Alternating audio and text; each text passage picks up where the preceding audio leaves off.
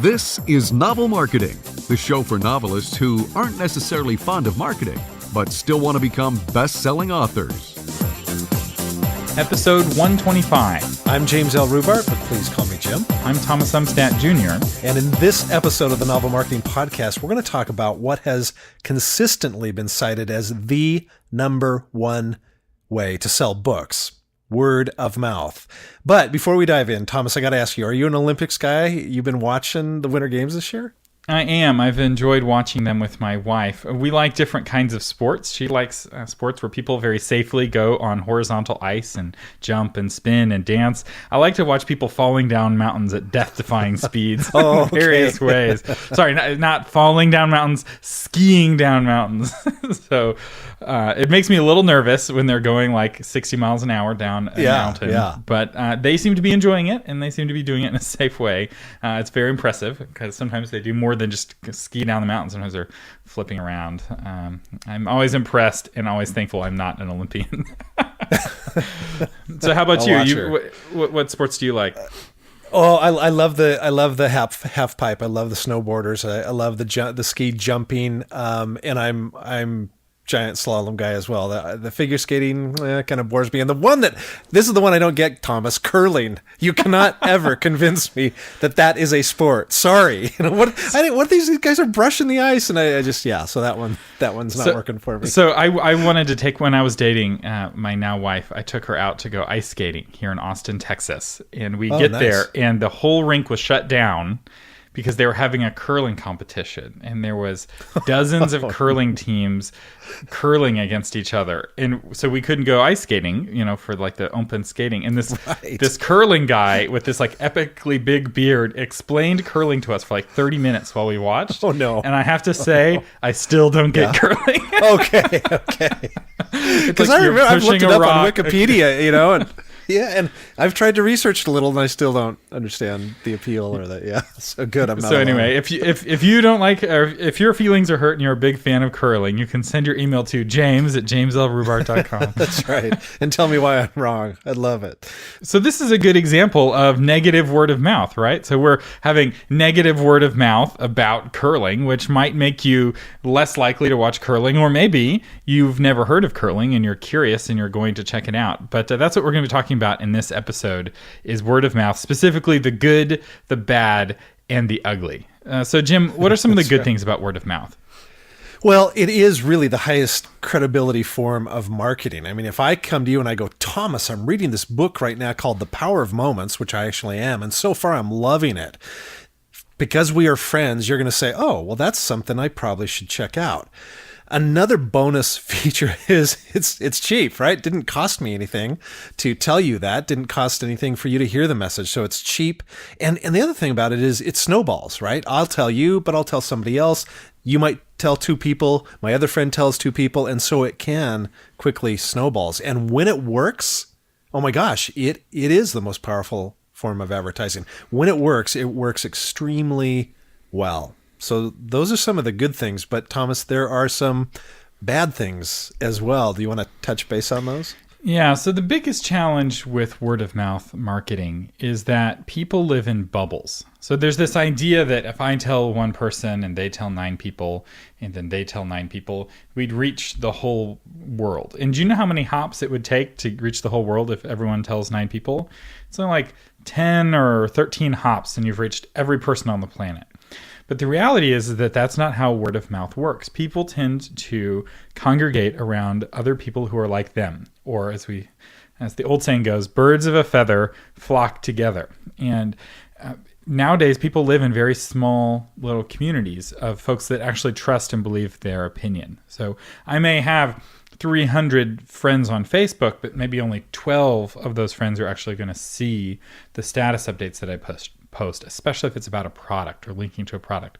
Very few people are actually going to see that. And what that means is that it can be very hard to go from one bubble to another bubble, right? Most of your friends are probably the same political party that you are. Or if you are apolitical and you don't really care, most of your friends probably don't really care either. And so if you're really popular with Republicans, you may have no readers that are Democrats, and vice versa. Or there's bubbles that are geographic and cultural, or most of your friends are close age to you. How many friends do you have that are 10 years older than you are, 10 years younger? And even if you have a broad network of friends, most of your friends probably don't have broad networks of friends. And so that can keep an idea from really spreading with word of mouth. You may be really popular with this bubble of 50 people in Austin, Texas, but that's still only 50 books that have been sold.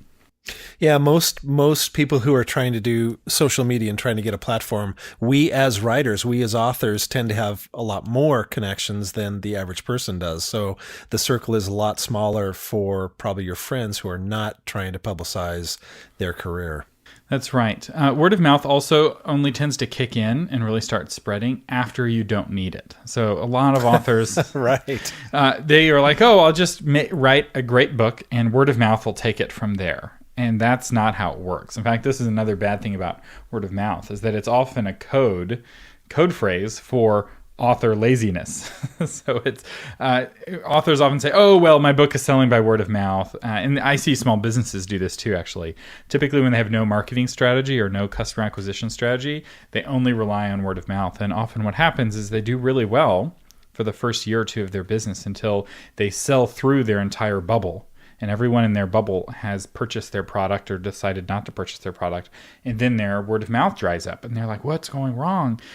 Is our quality of our product going, people not like my book? And that's not the problem. The problem is just that you've exhausted your bubble. It's like a forest fire that's burned through its forest. And you need some sort of way of taking your idea, taking your book and moving it to the next forest. Because word of mouth isn't going to do that for you.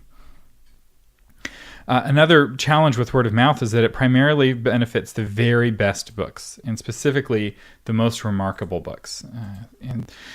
And by this, I mean like the number one book in a category all month long. Not, I did a book bub and I was able to get number one for a few days.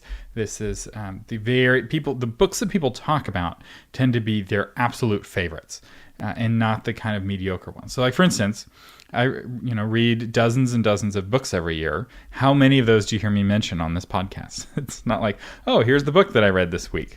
Although the book that I read this week was Tipping Point by Malcolm Gladwell, which is an excellent book. You should totally read it. It's all about how ideas spread. In fact, I read it in preparation for this episode and the next one about word of mouth. But just realize it's limited in its ability to reach.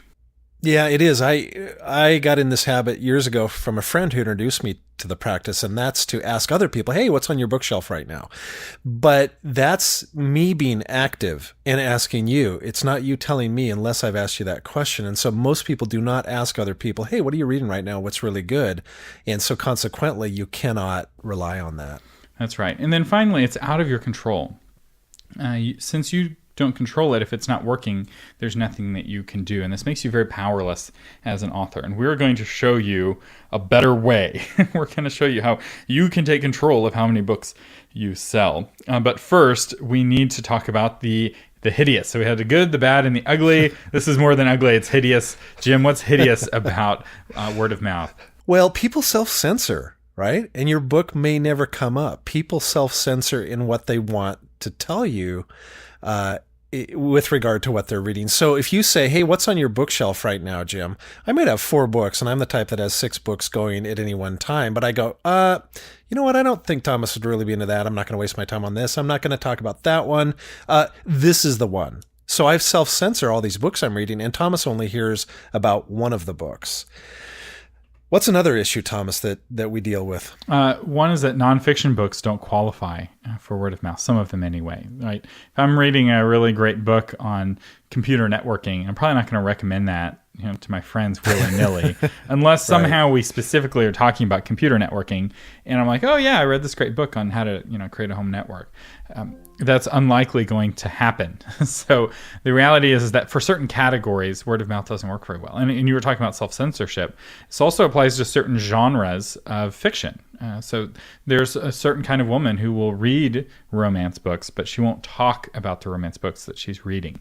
And so if that's the kind of woman that you're writing for, or if those kinds of women are reading your book, they're not going to be helping you out with word of mouth. They'll dutifully subscribe to your newsletter and they'll dutifully buy their books, but they're not going to share it on Facebook. They're not going to recommend your books to a friend. So just keep that in mind, depending on your category. Or maybe somebody's secretly into fantasy and sci-fi and all of their friends are not those kinds of people. They'll be censoring themselves as well. Another thing is we tend to judge ourselves. We tend to be hard on ourselves. We wonder if our taste in movies or books or TV shows is, let's just use the quote marks and say, correct. And so consequently, people worry that their taste is wrong. Have you ever recommended a TV show to somebody or a movie to somebody where they go, oh, I hated that thing? You might think twice about the next time you do it. And so a lot of people worry that they have the wrong taste. And because of that, won't recommend a book, even though they might have really liked it. That's right. And how many times have you recommended a great book to a close friend? And then think about how many times you've done that to an acquaintance. So the reality is most people don't have that many close friends. In fact, there's a measurement for this. And that is, if somebody died, would you be truly devastated? And according to the tipping point, the science on this is that most people have about 12 people in their lives who would be truly devastated if those people died. I think for me, it's a little bit higher than that just because my family is so big. So it's like, I have 4 brothers and sisters and, a lot of other family members. My wife is also from a large family, but even for me, I don't think it's much higher than 20. In terms of like non-family members, I think there's only a handful where I'd be truly devastated in the sense that they are close friends. And I have a larger social circle than most. And the kinds of people who write and the kind of people who read tend to have smaller social groups. And so it's harder for a book to spread than other products that are more popular with people with bigger social circles. So that is the bad news about word of mouth, but do not despair. We have some good news. Jim, what's the good news? So the good news is next episode, we're going to talk to you about how you can use the power of word of mouth and how you can do some things that are not that difficult to do to make it work for you. Yeah, we don't want you to rely on word of mouth as your only technique. There's a reason why we don't talk about it that much on this show. But that being said, there are some strategies for helping make word of mouth work, and specifically strategies on how to get your ideas to spread from bubble to bubble. So if you're concerned about selling through your specific bubble, there are techniques and ways of breaking through that. So we'll be talking about that next week. This episode of the Novel Marketing Podcast is brought to you by the 2018 Tax and Business Course for Authors. You've heard us talk about this a couple of times. This is a course that Thomas put together with his father, who is a CPA and one of the most colorful people I've ever met. Just enjoyable just to listen to him. But after you take this course, you will feel like you understand who you are as a business. But even more than that, you're going to get a breakdown on how to put a business plan together so that you can go, this thing is real. This has become more than a hobby. I'm going to understand the taxes, where I can write stuff off, where I can put my energy into, and you'll have a plan that you can put together yourself that shows you exactly how to get there. So, Thomas, how do people grab a copy of this course for themselves? We'll have a link in the show notes at novelmarketing.com/25. You can also get it at authormedia.com/tax tips. And if business and money stress you out, if taxes stress you out, this course will make you less stressed, guaranteed. And if you're not less stressed at the end of it, if you're not making more money and making more money coming in and spending less money on taxes, we will refund 100% of what you've paid. That's how confident we are that this really will help you. And it's authormedia.com/tax tips. You've been listening to James L. Rubart and Thomas Umstad Jr. on the Novel Marketing Podcast, giving you novel ideas on how to promote yourself and your writing, offline, online, and everywhere in between. And thank you guys. We love it that you're listening.